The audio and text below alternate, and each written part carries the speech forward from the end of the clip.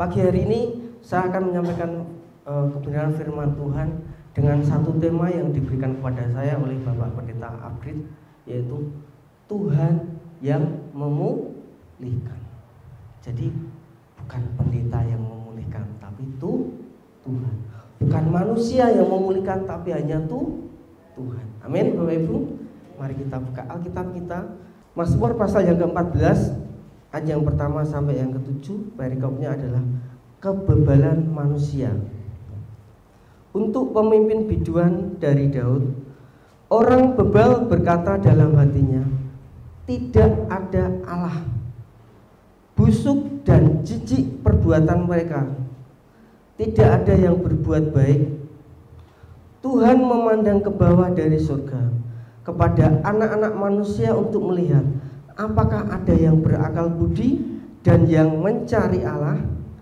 Mereka semua telah menyeleweng, semuanya telah bejat, tidak ada yang berbuat baik, seorang pun tidak. Tidak sadarkah semua orang yang melakukan kejahatan, yang memakan habis umatku seperti memakan roti, dan yang tidak berseru kepada Tuhan? Di sanalah mereka ditimpa kekejutan yang besar, sebab Allah menyertai angkatan yang benar. Kamu dapat mengolok-olok maksud orang yang tertindas, tetapi Tuhan adalah tempat perlindungannya. Ya, datanglah kiranya dari Sion keselamatan bagi Israel. Apabila Tuhan memulihkan keadaan umatnya, maka Yakub akan bersorak-sorak, Israel akan bersuka cita. Amin. Bapak Ibu, ayat ini mungkin gak asing bagi kita ya. Seringkali banyak hamba Tuhan, banyak pengkhotbah ya, menyampaikan tentang firman Tuhan, tentang kebebalan manusia ya. Ayat ini mengisahkan tentang apa Bapak Ibu? Umat Israel ya. Kita tahu umat Israel itu bagaimana ya? Tegar tengkuk, bebal. Kebebalan itu sama juga kebodohan ya. Bapak Ibu, orang bebal, orang bodoh itu paling susah dinasehati. Karena apa? Karena dia merasa pintar dengan cara pandang dia sendiri ya. Merasa hebat, merasa kuat, dan tidak percaya kepada Tuhan ya. Firman Tuhan di ayat pertama tadi berkata apa? Orang bebal berkata dalam hatinya, tidak ada Allah. Dalam hidupnya tidak mengakui Allah. Itu orang bebal, orang bodoh ya. Umat Israel saat itu ya, dia juga tidak mengakui Allah, tidak mengakui kuasa Tuhan ya. Padahal kita tahu ya, Tuhan itu sangat mengasihi ya. Perjalanan di padang gurun yang begitu luar biasa ya. Mereka minta makan, dikasih Tuhan apa? Mana ya. Dikasih Tuhan apa? Burung puyuh ya. Ketika mereka berjalan di malam hari, Tuhan beri apa? Tiang api. Ketika panas terik, Tuhan kasih apa? Tiang awan. Tapi masih tidak bersyukur. Benar tidak? Masih kurang bersyukur ya. Karena tadi hatinya bebal, dia tidak percaya kepada Allah. Kita tahu saudara, karakter orang bebal bagaimana? Jelas ya, tidak ada Allah. Artinya apa? Dia menolak Tuhan, tidak percaya sama Tuhan. Orang bebal itu menolak Tuhan, tidak percaya sama Tuhan ya. Umat yang bebal sama, Allah pendeta cilik, Allah tekon desa, enak main HP aja. Itu orang yang bebal. Ketika dia menolak Allah, dia menolak firman Tuhan, hatinya gak akan dipulihkan. Benar gak? Hidupnya gak akan diberkati Tuhan. Karena apa? Menolak Tuhan. Hidup saya dan saudara, jangan pernah menolak Tuhan. Amin. Kita harus bersandar betul-betul kepada Tuhan. Ya. Karakter orang bebal menolak Tuhan. Ya. Perbuatannya bagaimana? Ya, di ayat selanjutnya, busuk dan jijik perbuatan mereka, tidak ada yang berbuat baik. Orang bebal itu selalu licik, Bapak Ibu. Dia bahagia ketika melihat orang lain sengsara. Karena apa? Memang hidupnya seperti itu, selalu mencari kesalahan orang lain. Ya. Seorang hamba Tuhan, saudara, selalu dicari kesalahan, betul enggak? Dari ujung kaki sampai ujung rambut. Ini kurang, pakaiannya yang sepatunya piye, uripe piye, anake piye, bojone piye, betul enggak? Selalu mencari kesalahan orang lain. Ketika orang lain tuh mengalami suatu tekanan, ketika orang lain menderita, dia bahagia. Itulah orang bebal, saudara. Di ayat kedua, Tuhan memandang ke bawah dari surga kepada anak-anak manusia untuk melihat apakah ada yang berakal budi dan yang mencari Allah. Tuhan di surga itu melihat kita, saudara. Ada pujian. Yesus bertanya kepada kita, adakah iman di hatimu? Firman Tuhan ini dikenapi. Tuhan memandang ke bawah. Adakah iman di hati manusia, di hati saya dan saudara? Adakah iman percaya kepada Tuhan?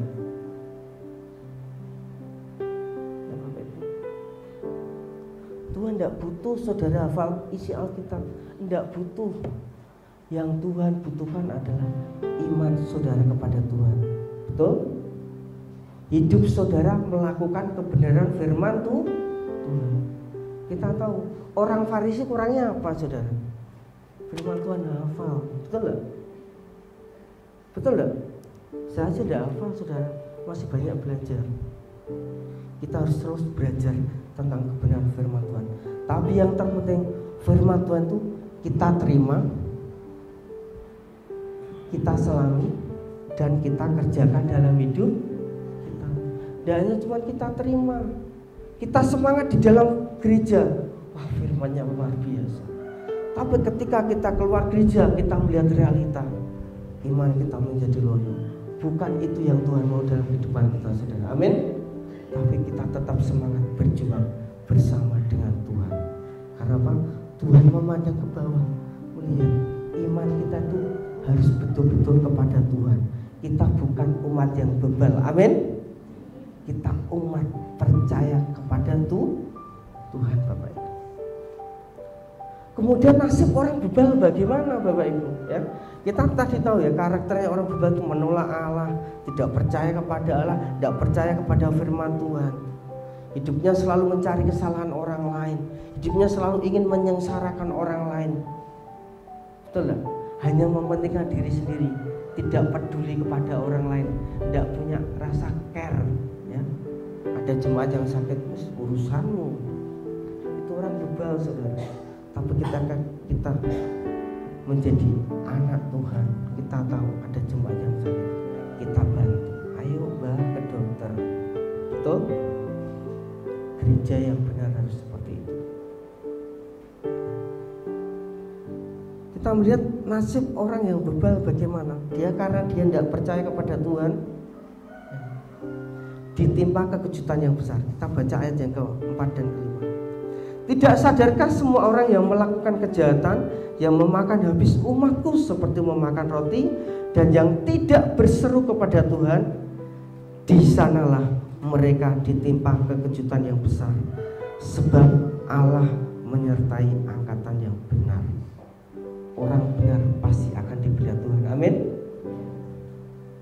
Kalau saudara benar-benar hidup benar di hadapan Tuhan dan manusia, pembelaan Tuhan itu pasti dan selalu terjadi atas hidup saudara. Amin, saudara. Itu saudara terpenuhi.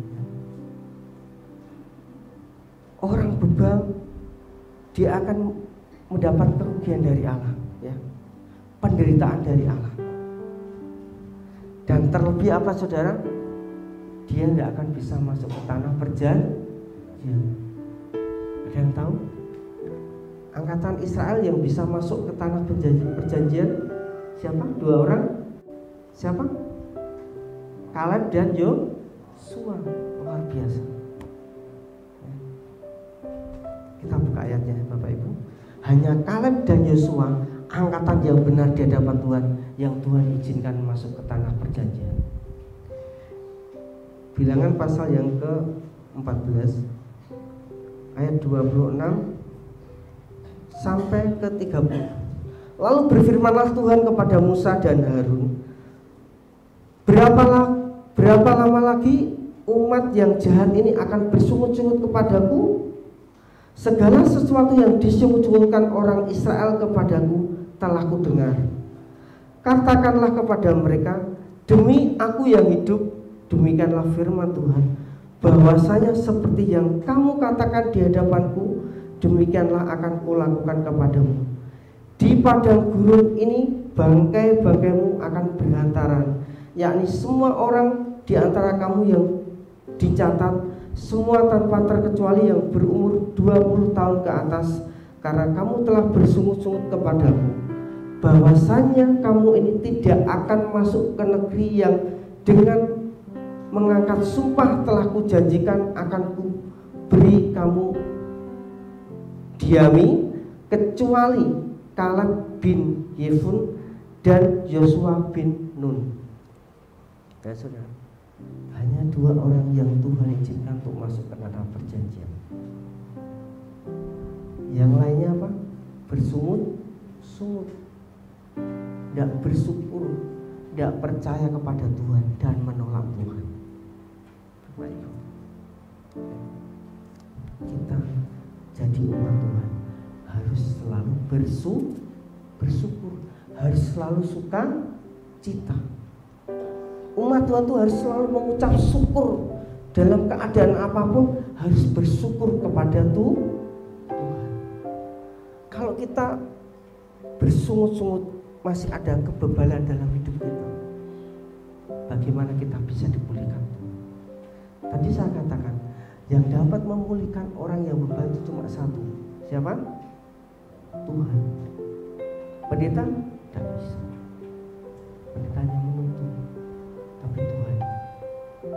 Tapi kuncinya satu. Apa kira-kira Bapak Ibu?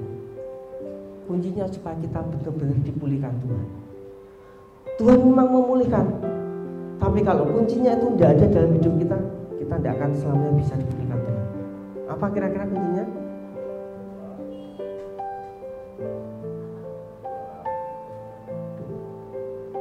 Yang tepat adalah pertobatan sejati.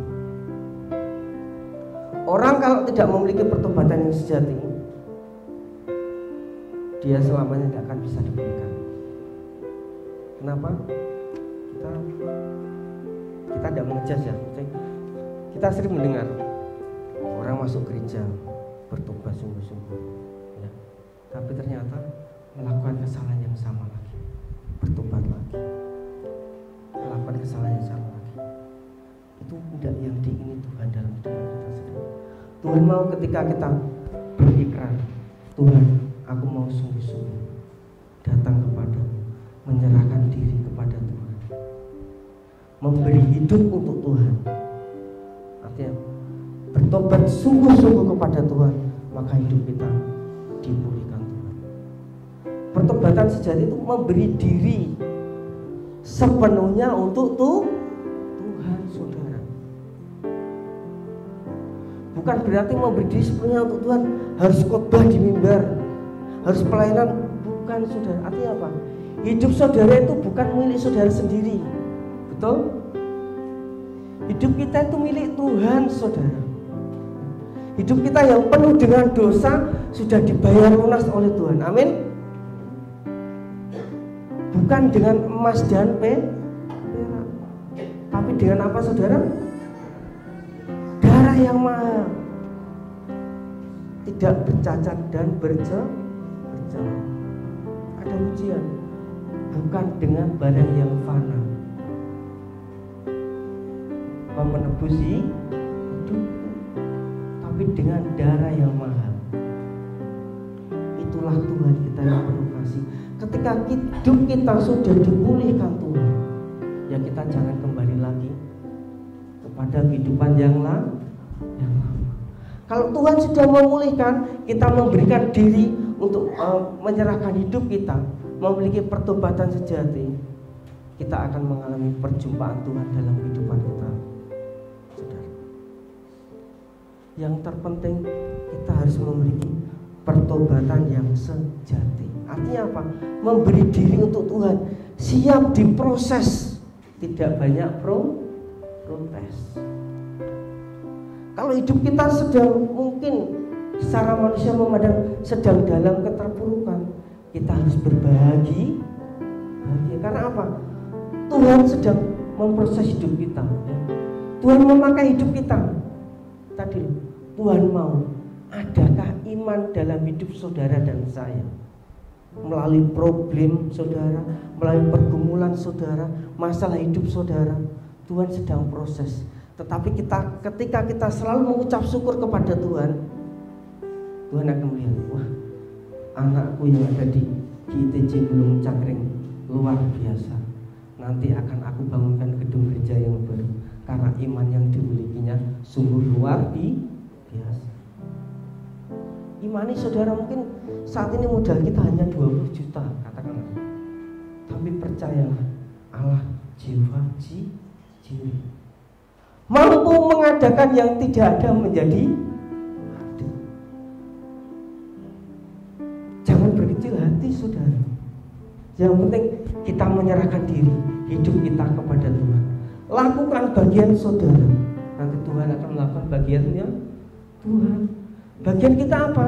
Menjadi saksi di dunia ini, ya. Firman Tuhan berkata apa? Amanat agung, pergilah, jadikanlah semua bangsamu muridku. Ajarlah, bukan diamlah di dalam gereja, bukan saudara, tapi pergilah. Artinya apa? Kita keluar, harus pergi dari sini. Artinya bukan pergi meninggalkan gereja atau selamanya, bukan saudara. Hidup kita itu setelah kita keluar dari gereja, ya, yang mereka lihat, orang-orang dunia lihat, itu bukan kita yang dilihat, tapi apa? Tuhan. Saya masih ingat firman yang disampaikan Bapak Pendeta Anggrek dulu waktu KKR di tempat ini, apa? Apa KKR yang dulu pernah disampaikan di sini? Temanya lupa. Tuhan di dalamku. Amin. Tuhan di dalam. Artinya apa? Kehidupan kita tuh memancarkan kasih Kristus, saudara. Karakter Kristus kalau kita sudah dipulihkan tuh akan terpancar. Orang akan melihat. Kita tidak perlu ngomong, aku anak Tuhan, tidak perlu saudara. Ketika kita makan, mungkin ya di sebuah warung kita makan, mungkin pada kelihatan sesak, ada tempat yang kosong satu, ada orang berdiri, kita persilakan duduk, silakan. Orang akan melihat. Yuk kita belajar, kita melihat bagaimana ciri orang yang dipulihkan. Ya, sebelum kita jawab, ciri orang yang dipulihkan, saya rangkumkan ada 5, saudara, dari ayat ini. Dari kita kembali ke Mazmur tadi, Mazmur 14 ayat yang pertama sampai yang ke-7. Ciri orang yang dipulihkan adalah 1, pasti mempercayai Allah. Kalau orang bebal di ayat yang pertama tadi berkata apa? Tidak ada Allah. Tapi kita, hidup kita sudah dipulihkan Tuhan. Kita percaya Allah itu ada dalam hidup kita. Ya. Kalau jemaat GTC berkata, Gusti manunggil ing manah kula, luar biasa. Betul-betul ada di dalam hidup kita. Ya. Kalau bangsa Israel saat itu Tuhan sudah, tadi ya saya sampaikan di awal, penyertaan Tuhan itu sungguh luar biasa. Kasihnya Tuhan sudah dicurahkan loh, ya. Dalam perjalanan yang begitu luar biasa, mereka berseru-seru minta air, Tuhan kasih air, ya kan? Tuhan kasih makan, Tuhan naungi dengan tiang awan tiang api, tapi mereka masih bebal, saudara. Nah, sekarang kalau hidup kita mau dipulihkan Tuhan, saudara,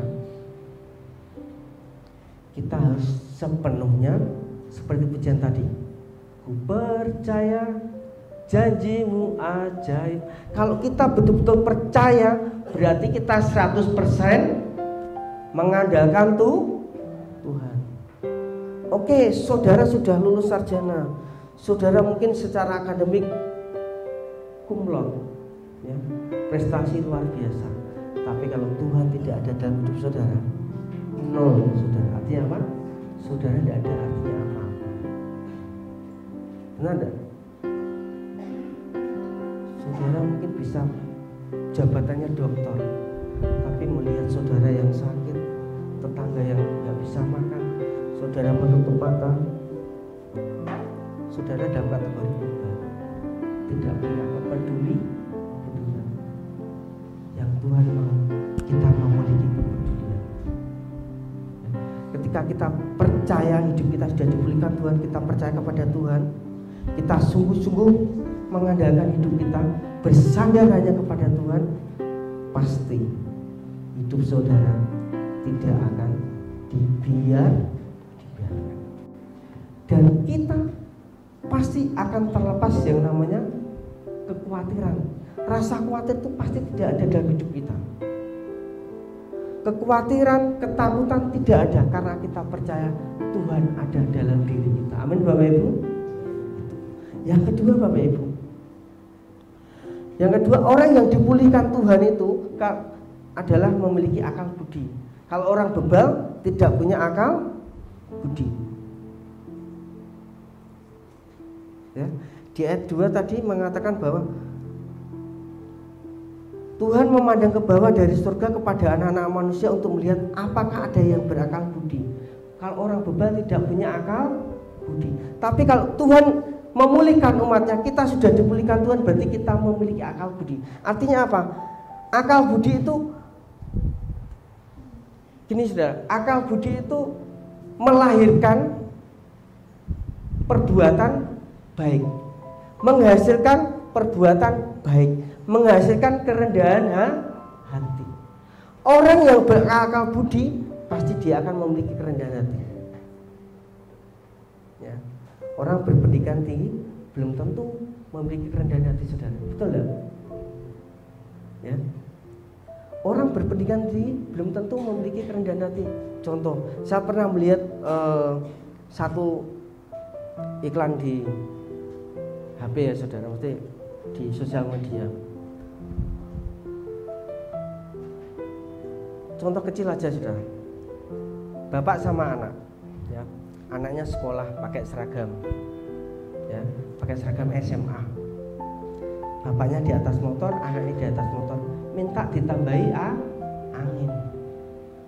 Contoh kecil saja, saudara. Seperti inikah? Apakah menunjukkan orang yang berakal budi? Tidak, saudara. Kalau orang yang memiliki kerendahan hati, misalkan minta tolong tambah angin, ditambah ban, pasti dia akan turun dari motor, menyerahkan motornya, dia pergi dan silakan dikasih angin. Betul tidak? Bukan malah masih, maaf, bahasa kasarnya, metenteng di atas motor, ya saudara, minta tambah angin. Itu bukan ciri orang yang dipulihkan Tuhan, saudara. Ya. Orang yang dipulihkan Tuhan itu hidupnya selalu berbuat baik. Ya. Kalau orang bebal tadi apa? Selalu ingin menjatuhkan. Di dalam gereja biasanya ada, saudara. Maaf, di sini tidak ada. Sini orangnya baik-baik semua. Ya. Pasti sikut-sikutan. WL suaranya elek, ojo iku ganti wae. Iki main drama elek. Wah, kanggo Natal gak cocok, ganti wae. Betul enggak, saudara? Di tempat saya dulu banyak seperti itu. Tapi puji Tuhan sekarang mereka sudah merendahkan diri, saudara. Dulu kalau mau Natal, saudara, masalah lemper aja itu jadi tukaran, saudara. Setahun, betul enggak, saudara? Masalah seragam, gontok-gontokan dulu, saudara. Tapi sekarang luar biasa. Mereka memiliki kerendahan hati. Yang ketiga, saudara, orang yang dipulihkan Tuhan pasti hidupnya selalu mencari Tuhan. Ya. Contohnya siapa? Orang Majus. Saudara tahu kisah orang Majus? Ya kan? Mencari bayi Yesus. Apakah orang Majus mencari bayi Yesus? Wah, orang ketemu terus selesai? Tidak, saudara. Tapi dia terus mencari sampai ketemu. Apakah dia setelah ketemu Tuhan Yesus sudah selesai? Apa yang dikerjakan, saudara? Berdoa, oke. Apa yang dilakukan orang Majus setelah ketemu bayi Yesus? Memberikan persembahan. Apa yang diberikan, saudara? Ya, luar biasa. Mereka datang kepada Tuhan, mencari Tuhan tidak dengan tangan datang kepada Tuhan, cari Tuhan tuh butuh pengorbanan dan perjuangan, tidak, saudara? Butuh, saudara. Saudara bangun pagi-pagi. Saya tadi agak kesiangan, saudara. Pagi-pagi bangun, mandi, dandan ganteng cantik, datang kepada Tuhan, memberikan waktu khusus untuk Tuhan. Tadi saya suka cita, saudara, melihat jemaat kita betul-betul dipulihkan Tuhan. Apa, saudara? Ketika memberikan persembahan untuk Tuhan, saya melihat raut wajahnya itu penuh dengan sukacita dan rasa syukur. Ya, saudara, itu sudah seperti orang Majus. Mencari Tuhan itu butuh perjuangan dan pengorbanan. Memberi Tuhan kepada Tuhan itu dengan penuh sukacita, dengan hati yang gembira. Saya itu paling seleb, saudara, ya, mohon maaf, saudara, kalau ketika ada orang persembahan,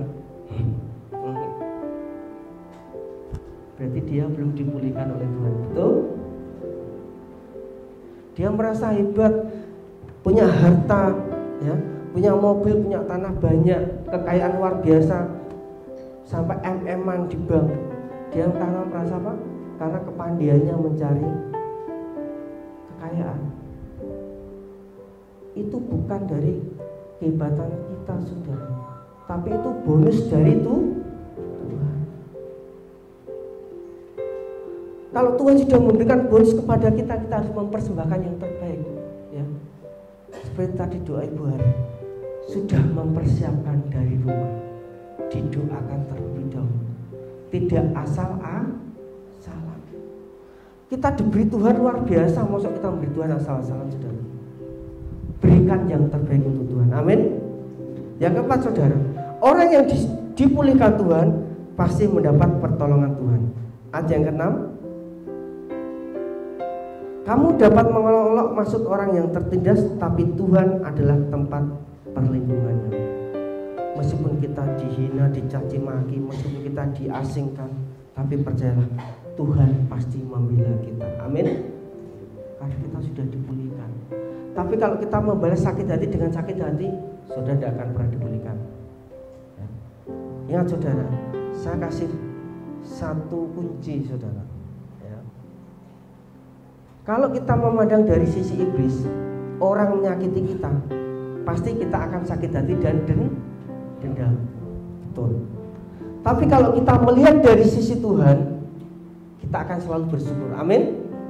Kita mengucap syukur, Tuhan mengingatkan kita, kita harus lebih baik dari yang kemarin. Betul gak? Berarti Tuhan itu masih sayang pada kita, saudara. Kalau kita melihat dari sisi itu, contoh, ya, tempat kami kalau diingatkan marah, saudara. Main musiknya, temponya itu harus seperti ini. Kadang ada yang emosi, saudara. Anak muda. Kalau diingatkan, dinasihati emosi, berarti dia termasuk kategori bebal. Tapi kalau kita memandang dari sisi Tuhan, kita bersyukur, oh, berarti aku masih harus belajar lagi. Itu, saudara. Dan yang terakhir, saudara, ciri orang yang dipulihkan Tuhan adalah mendapat keselamatan dan pertolongan dari Tuhan. Amin. Kalau hidup saudara sudah dipulihkan Tuhan, betul-betul menyerahkan diri untuk Tuhan, pertolongan Tuhan, keselamatan itu pasti datang dari Tuhan. Ayat yang ke-7, ya datanglah kiranya dari Sion keselamatan bagi Israel. Apakah apabila Tuhan memulihkan keadaan umatnya, maka Yakub akan bersorak-sorak, Israel akan bersukacita. Umat yang dipulihkan Tuhan itu selalu bersorak-sorai, bersukacita. Ya. Percaya kepada Tuhan, disertai Tuhan, dilindungi Tuhan, menjadi pemenang dan bersorak-sorak, itu adalah ciri orang yang dipulihkan oleh Tuhan. Saya yakin dan percaya kita semua yang ada di tempat ini, hidup kita sudah